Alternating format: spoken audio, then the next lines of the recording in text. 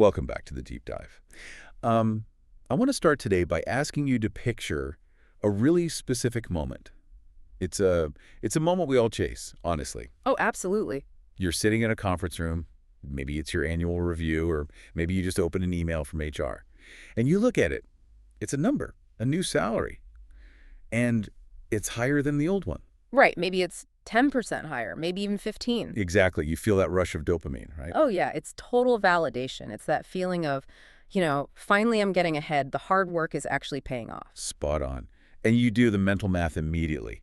You're sitting there thinking, okay, that's an extra, what, maybe $500 a month? Yeah. I can finally fix the car. I can upgrade the apartment. Maybe finally start saving for that trip. Yes. You leave that meeting feeling rich. You feel Mhm. lighter. But here is the mystery we are solving today. And it's a mystery that I think haunts a lot of us. Why does that feeling evaporate so quickly? Yeah, it usually takes about, 3 to 6 months? Right. You fast forward to October. You're standing in the grocery line. You've got the same items in the cart you always buy. Milk, eggs, coffee, maybe a treat for the dog. Yeah. But the total isn't the same. It never is. And suddenly you realize that extra 500 you were celebrating back in January, it's gone. Yeah. It didn't go to a vacation. It didn't go to a new car. Yeah. It just vanished into the ether of, well, just existing. We see this in the documents time and time again. It's what the source material we're looking at today calls the salary paradox. The salary paradox. I love that term. Yeah, you're running faster, the treadmill is speeding up, but the scenery isn't moving. In fact, sometimes it feels like the scenery is moving backward. And that's what makes this deeply frustrating for people. It feels like bad luck. It feels like, oh, I just happened to get a raise during a really bad year. But the documents we've analyzed for this deep dive suggest it's anything but luck. No, not at all. They use a phrase that actually gave me chills when I first read it. They call it an invisible wealth transfer. It completely changes the genre of the story, doesn't it? Completely. Yeah. It turns it from a tragedy about hard times into like a crime thriller. If wealth is being transferred, that means it's not just disappearing.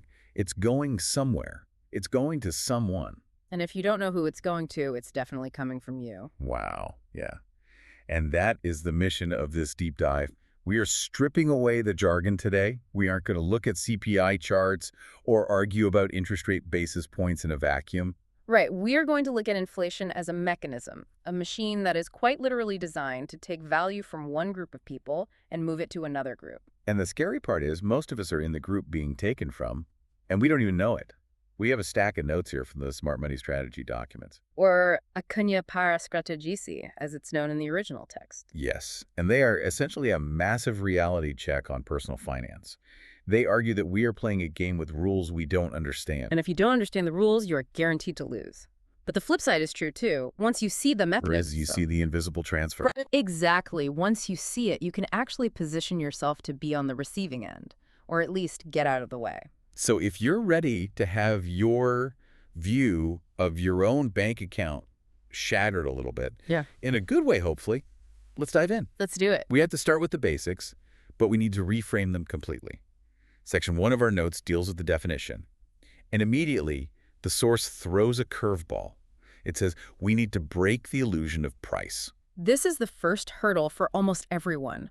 The source defines inflation strictly as the decrease in the purchasing power of money. Okay, pause there for a second. Because if you ask someone on the street, what is inflation?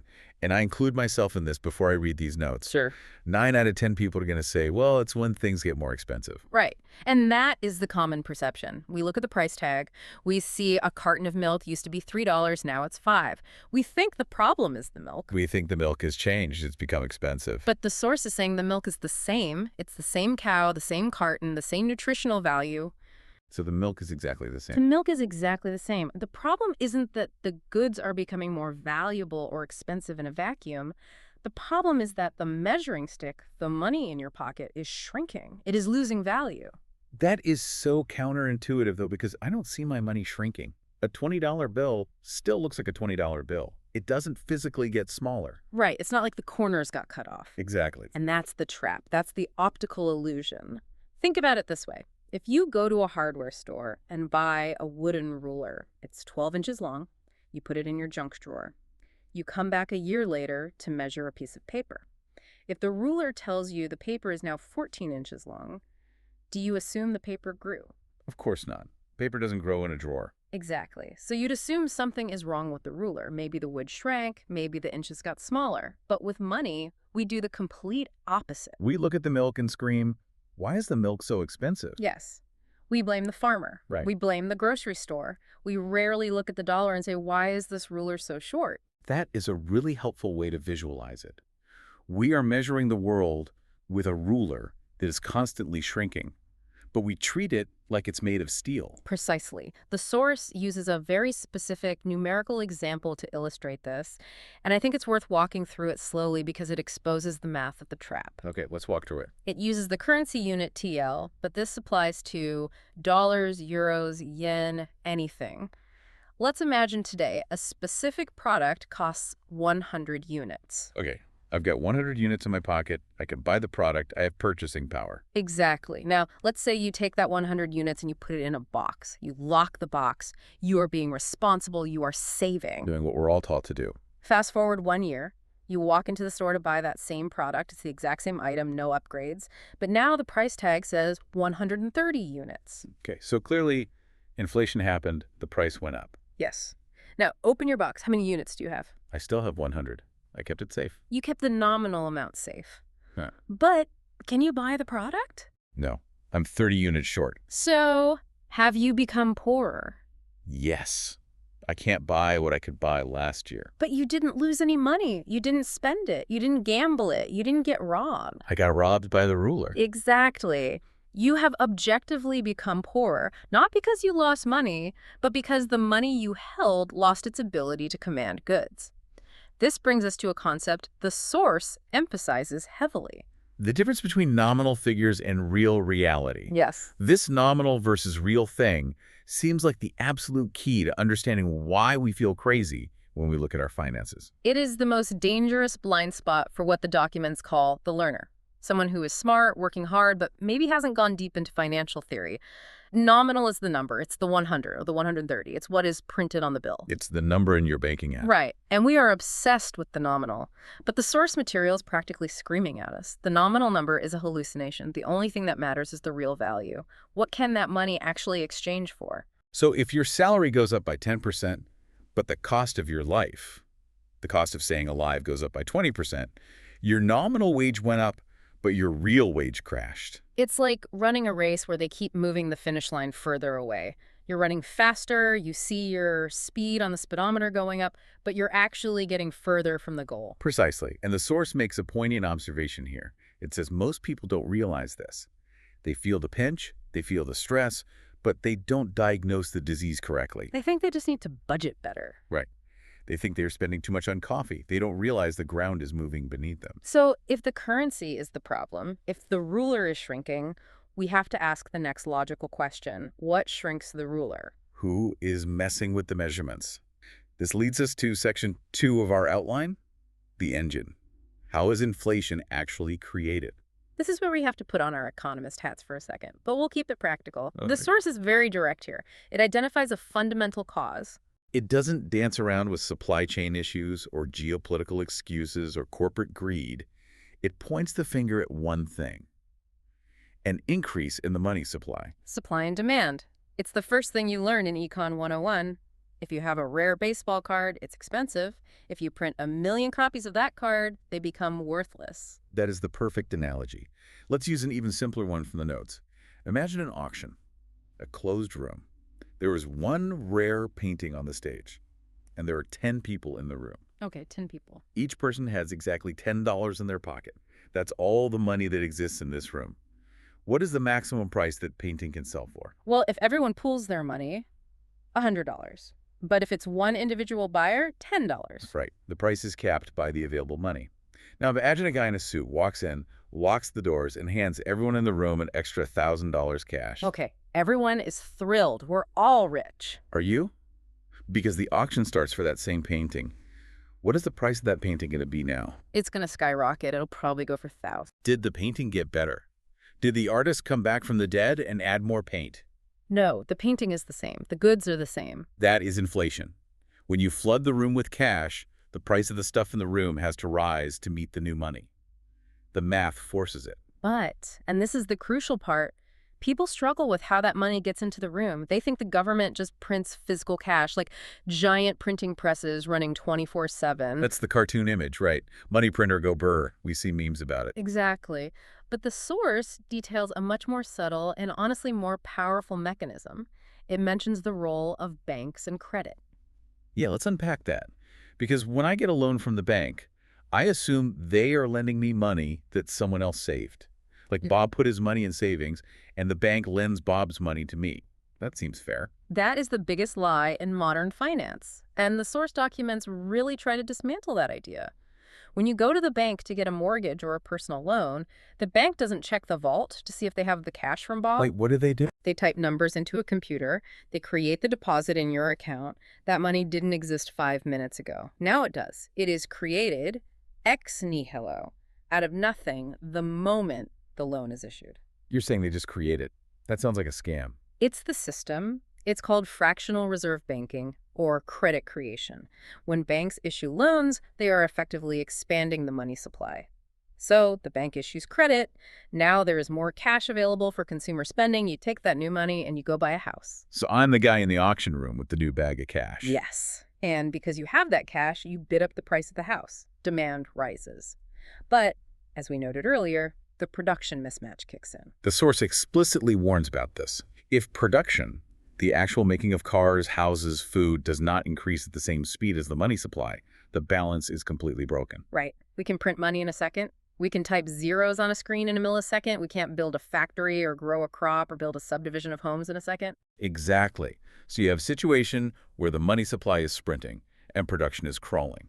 The result, prices must rise to accommodate the surplus cash. This is the birth of inflation. It's not a corporate conspiracy to raise prices. It is a mathematical inevitability when you flood the system with liquidity without increasing the actual stuff people want to buy. Okay, so we have the definition. Money losing power, the ruler shrinking. We have the engine. Too much money created through credit and printing, chasing too few goods. Now, we get to the part of the source material that really stopped me in my tracks. This is section 3, the wealth transfer. This is the aha moment. This is where the detective story reveals the motive. The source argues that inflation isn't just bad for everyone equally. It's not like a flood that gets everyone wet. It says it explicitly picks winners and losers. And I have to be honest, when I read the list of winners, I was confused. It says debtors are the winners, people who owe money. It feels backwards, doesn't it? Yeah, completely backwards.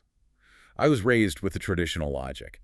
Debt is bad, cash is safety, pay off everything. Now, this document is telling me that the guy up to his eyeballs in debt is actually winning.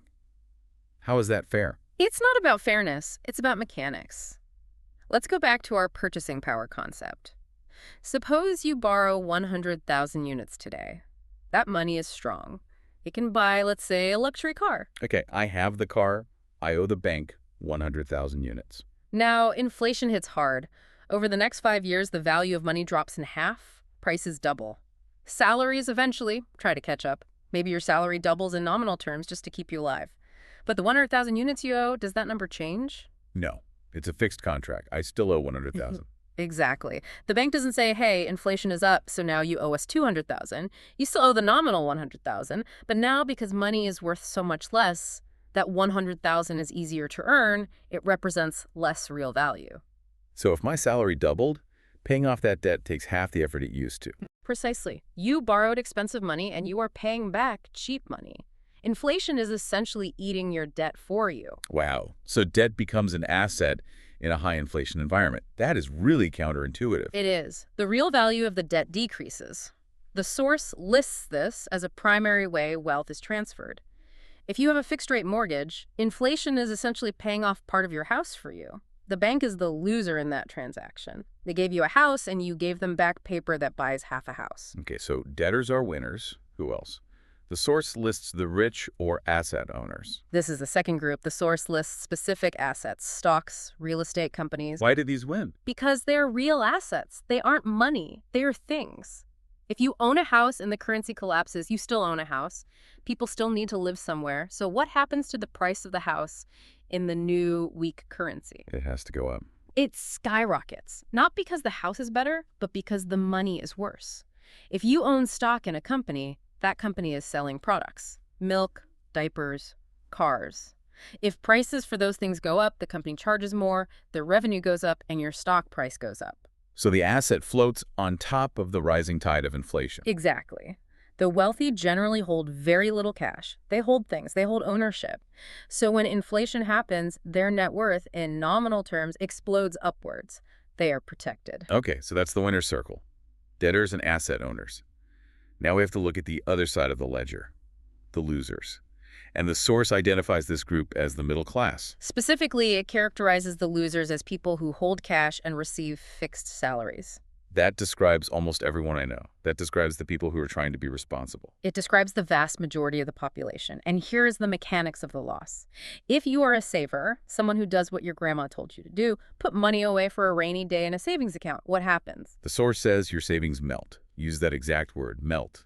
It's a visceral image. You worked hard for that money. You traded your time and life energy for it. You put it in a box.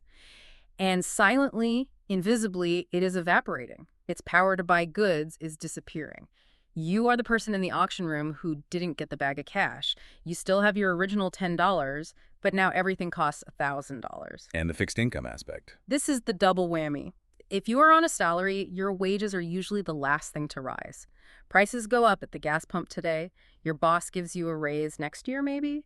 In that lag time, your standard of living collapses. You are constantly chasing the prices, but never catching them. So, putting it all together, the transfer mechanism described in the source is this. Inflation takes purchasing power away from the people holding cash and salaries and effectively gives it to the people holding real assets and debt. Exactly. It widens the gap. It's not just that the poor get poorer, it's that the specific mechanics of inflation funnel value from the bottom and middle straight to the top. It is a pump that moves wealth upwards. That is heavy. And it leads perfectly into Section 4 because the source has a name for this mechanism. It calls it the hidden tax. Why use the word tax? Tax implies government. It implies a law passed in Parliament. Well, let's step back. Who controls the money supply? The state or the central bank connected to it? Right. When the government needs to spend money, maybe they want to build a bridge or fund a war or pay for social programs, they have two choices. Choice A, tax the citizens, send everyone a bill. Nobody likes that. That loses elections. Exactly. It's painful. It's visible. People riot. So they go with choice B, increase the money supply, print the money, borrow it from the central bank. Because they pay for the bridge with new money. Yes, they get the bridge. But how did they pay for it? They paid for it by diluting the value of the money you already earned. The value of the money in your pocket dropped to cover the cost of that bridge. So instead of sending me a bill that says, please pay $100 for this new bridge, they just print the money, which makes my $100 worth $90. Precisely. You paid $10 for the bridge. But you never got a receipt. You never signed a check. You just noticed that bread costs more. You just noticed that you can't afford a vacation. And that's the psychological trick the source mentions. It is brilliantly insidious. The source notes that nobody feels money coming out of their pocket. It doesn't look like a tax payment. You don't get angry at the government in the same way you do when you see a line item on your paycheck. You get angry at the retailer or greedy corporations or bad luck. You fight with your spouse about spending. You blame yourself. It masks the culprit. It shifts the blame completely. Yes. The expert commentary in our source material describes this as one of the most dangerous economic forces because of this stealth nature. It lowers the standard of living across the board, but it happens in a way that is very hard for the average person to fight back against because they don't see the attack coming. They just feel the pain. Well, speaking of fighting back, we promise not to just leave everyone depressed. The source material has a solution phase. Section 5, the survival guide. And thank goodness for that, because once you understand the game, once you realize the ruler is shrinking and the tax is hidden, you can stop playing by the rules that make you lose. The primary directive here is bold. It says, do not stay heavy in cash. This is the shift in mindset. We are raised to think cash is king, cash is safety. But in an inflationary environment, cash is a victim. Cash is the ice cube on the sidewalk on a hot day. It is melting every second you hold it. The source outlines 4 specific strategic pillars to defend yourself. Let's walk through them. Pillar 1 is what we just said. Avoid cash dominance. This doesn't mean have zero cash. You need liquidity for emergencies. You need to pay bills. But it means do not store your wealth in cash. Holding cash is a guaranteed way to lose value in the long run. It is a mathematical certainty that it will go to zero over a long enough timeline. Every fiat currency in history has eventually lost its value. You don't want to be the one holding the bag. Okay, so if I'm not holding cash, what am I holding? Tool or two. Turn to real assets. This goes back to the winner's circle. You want to act like the wealthy. You need to move your capital into things that hold value. The source mentions real estate. Real estate is the classic example because it has utility. Everyone needs a place to live. You can't print more land, usually. So when money becomes worthless, the price of the land readjusts. It protects your purchasing power. It also mentions stocks. Stocks represent ownership in productive companies. If you own a share of a company that makes toothpaste, and the price of toothpaste doubles, the company's revenue doubles. The stock price should, theoretically, follow. You are owning the means of production, not the currency. So you're trying to own the milk, not the dollar. Exactly. Own the thing, not the symbol of value. Pillar 3, think long term. This is hard for people. We are wired for the short term. We see the stock market crash 10% and we panic. We see house prices dip and we get scared. But the source argues that short-term fluctuations matter less than the long-term trend of currency devaluation. The trend of money is always down. Always. Look at a chart of the dollar's purchasing power over 100 years. It's a ski slope going down. Look at the stock market over 100 years. It's a mountain going up. You have to zoom out. You are betting on the system inflating. History says that is a very safe bet. And finally, pillar 4. This one I really like because it applies even if you don't have money to buy real estate or stocks right now. Invest in skills. Specifically, income-increasing skills. The source views human capital, you, as a hedge against inflation. How does that work? How is my skill an asset? Well, think about it. If the dollar loses value, but you have a skill that is in high demand, maybe you're a great coder or a skilled negotiator or a specialized doctor, you can charge more for your time. Your wages can reprice. I can raise my rates. Exactly. If you have no skills and are easily replaceable, it is very hard to demand a raise to match inflation. You have no leverage. But if you are valuable, you can demand to be paid in today's real value. Investing in your own ability to generate value is the ultimate asset that no one can inflate away. The government can print money, but they can't print your expertise. That is empowering. Yeah. It means even if you're starting from zero, your first asset to build is yourself. Absolutely. And the source wraps this up with a historical lesson. It calls it an unchanging truth. Those who own assets are protected, those who depend solely on a salary struggle. It has been true in ancient Rome when they diluted the silver in the coins. It was true in Weimar Germany when people brought wheelbarrows of cash to buy bread.